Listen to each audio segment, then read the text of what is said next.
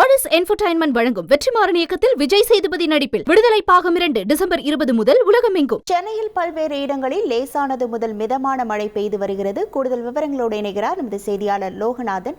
வணக்கம் லோகநாதன். தற்போது சென்னையில் எந்தெந்த பகுதிகளில் மழை பெய்து வருகிறது, இன்று தமிழகத்தில் எந்தெந்த மாவட்டங்களில் மழை பெய்யும் என சென்னை வானிலை ஆய்வு மையம் தெரிவித்திருக்கிறது? முழு விவரங்கள்.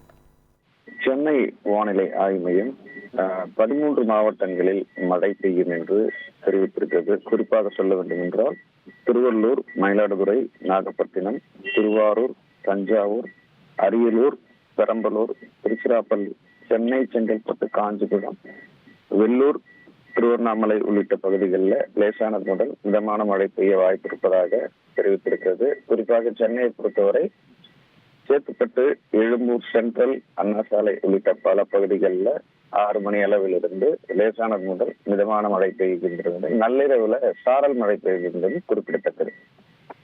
உங்கள் விவரங்களுக்கு நன்றி லோகநாதன். ஆரிஸ் என்டர்டெயின்மெண்ட் வழங்கும் வெற்றிமாறன் இயக்கத்தில் விஜய் சேதுபதி நடிப்பில் விடுதலை பாகம் 2 டிசம்பர் 20 முதல் உலகமெங்கும்.